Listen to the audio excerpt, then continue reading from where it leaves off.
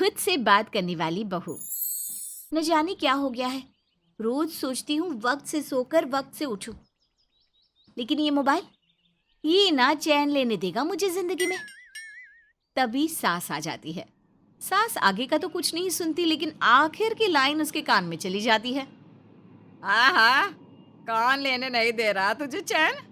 आजकल की बहुएं तो सास ससुर का चेहरा देखकर खुशी नहीं है।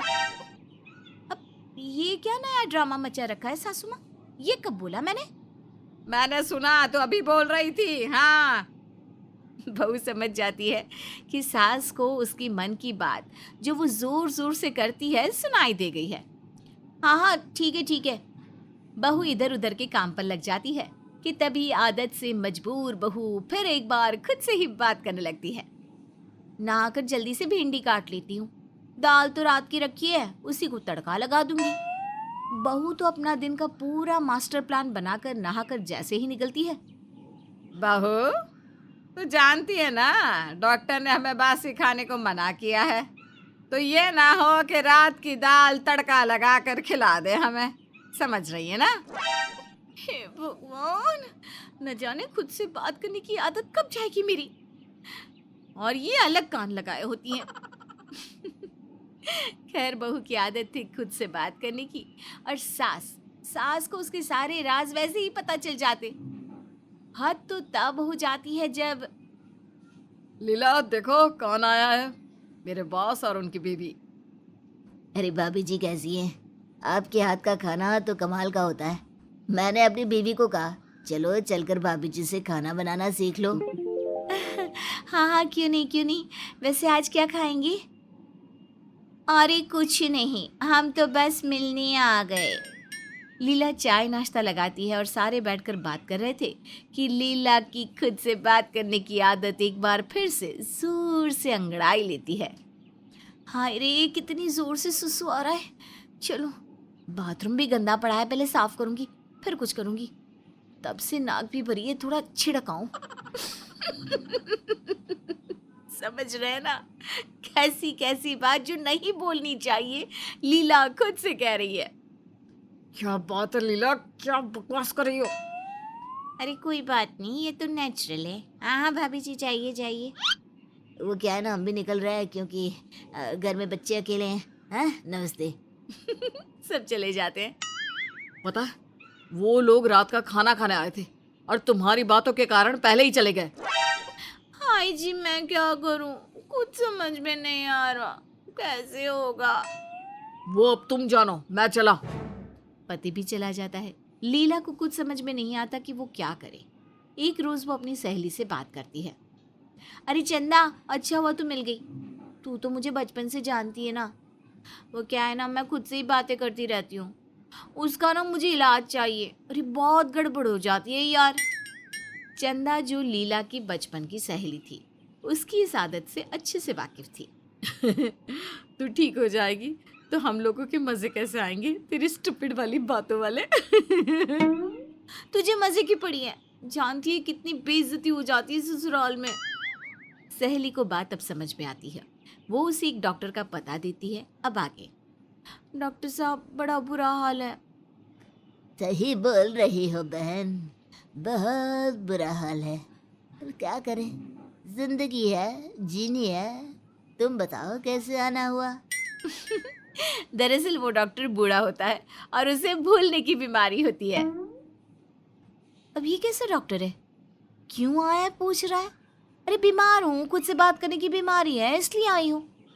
अब लीला जो खुद से बात कर रही थी वो डॉक्टर सुन लेते हैं और उसे भी याद आ जाता है कि वो तो एक डॉक्टर है। खुद से बात करने की आदत है तुम्हारी। अरे मैं तो जाना माना डॉक्टर हूँ, 2 महीने में ठीक कर दूंगा। लाओ नब्ज दिखाओ। भगवान का शुक्र है कि आपको याद आ गया कि आप डॉक्टर हैं। तो बताइए कैसे ठीक होंगी मैं? डॉक्टर नब्ज देख रहा था, लेकिन ये क्या, नब्ज देखते देखते एक बार फिर उसकी याददाश्त चली जाती है। ओहो, भूख ना लगने की बीमारी है तुमको। बेटा क्यों मेरे पास आई हो? किसी डॉक्टर को क्यों नहीं दिखाती? तभी डॉक्टर की बीवी आ जाती है। अरे बेटा, अब ये किसी काम के डॉक्टर नहीं रहे, भूल जाते हैं हर बात।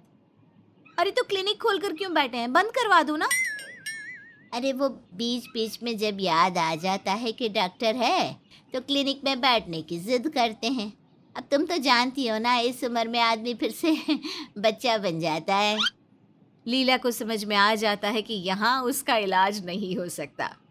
हे भगवान, लग रहा है यहाँ तो इलाज नहीं होगा। न जाने क्यों ऐसे लोग डॉक्टर बन जाते हैं, सबका टाइम खराब कर देते हैं। लीला बोले जा रही थी, पर ये नहीं देखती है कि सामने बुजुर्ग डॉक्टर की बीवी खड़ी होती है। तुम जैसे खुद से बात करने वालों को मेरे पति ने 2 महीने में ठीक कर दिया है। यहाँ खड़े होकर बड़बड़ाने की जरूरत नहीं है, निकलो यहाँ से। क्या करती लीला, घर आ जाती है और सास के सामने, माँ पापा ने न जाने क्यों मेरी इस बीमारी का कोई इलाज ही नहीं करवाया। अब चलती हूँ, ननद की शादी वाली साड़ी निकाल कर उसे काम वाली को दे देती हूँ। कब से मांग रही है, सड़ी सी साड़ी रखे रखे और ही खराब हो जाती है। मेरी बेटी की शादी वाली साड़ी तो हम लोगों ने दी थी तुझे। पता है वो साड़ी कितनी महंगी थी जो तू काम वाली को दे रही है? एक तो शादी के पहले ही हम लोगों का खर्चा करवाती थी, अब बातें भी सुना रही है। और तेरा सही है, बड़बड़ाने की आदत की आड़ में किसी को कुछ भी सुना दो। ओहो माँ जी, आप खड़ी हैं क्या? अरे नहीं, वो वाली नहीं जो आप लोगों ने दी थी, वो जो मेरी माँ ने दी थी ना, वो वाली साड़ी दे रही हूँ काम वाली को। लीला कमरे में जाती है और सोच लेती है कि अब वो कोई भी बात खुद से नहीं करेगी। वो शाम को बाहर आती है, सास ससुर के लिए खाना बना रही थी कि वो क्या है ना कि इतना बोलते ही वो चुप हो जाती है। नहीं लिली, शांत रहना है तुझे, शांत बिल्कुल शांत। क्या बात है बहू, कहीं डॉक्टर की दवा ले रही है क्या? आज कोई ब्रेकिंग न्यूज़ नहीं दी मुझे। अरे माँ जी, इस उम्र में तो भगवान का नाम लो। सास को लगता है कि बहू सुधर गई है। वो जैसे ही मुड़ती है, न जाने क्या मिलता है लोगों की कमजोरियों का फायदा उठाकर। इतनी उम्र हो रही है बुढ़िया की, लेकिन ना जी ना, बढ़िया ही। बहू क्या बोली? हाँ क्या बोली? कुछ नहीं माँ जी, मैं तो ठीक हो गई हूँ। हाँ, मैं ठीक हो गई हूँ। देख बहू, मैं सब कुछ समझती हूँ। कुछ तो तेरा खुद से बात करने का बहाना है, कुछ तो तू सारी बातें ऐसे ही सुना देती है। ना माँ जी, मैं तो खुद परेशान हूँ अपनी इस आदत से। आप भी तो जानती हैं कि किसे अच्छा लगता है। आप भी न जाने क्या क्या सोचती होंगी मेरे लिए, मेरे घर वालों के लिए, लेकिन कभी कुछ कहती नहीं।